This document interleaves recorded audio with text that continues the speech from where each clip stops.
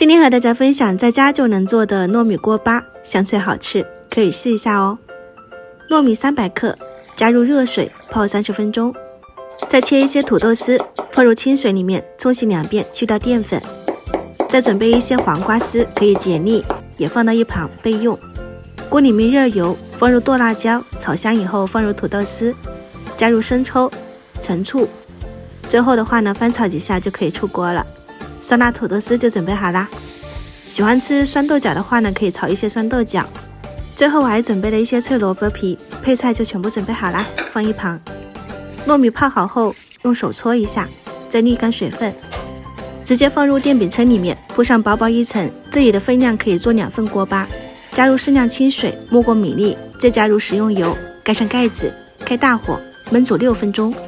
上盘打开以后，等上几分钟，熟透后放入少量食用油，再次盖上盖子，再烙6分钟，直到水分蒸发，完全变成这种金黄酥脆的锅巴。香喷喷的糯米锅巴就可以出锅了。对折一下，把里面的油倒掉，这样吃起来不油腻。一共是做了4块，真的是超级香。摆上酸辣土豆丝、黄瓜丝、酸豆角、萝卜粒，再盖上1块，就可以开吃啦。不知道你们那边有没有这种锅巴小吃，但在我们这边的话呢，10块钱1份，晚上超多人排队，咬上一口嘎嘣脆，又香又开胃。喜欢就收藏起来试一下吧。今天就到这里啦，我是夏妈，我们下期再见。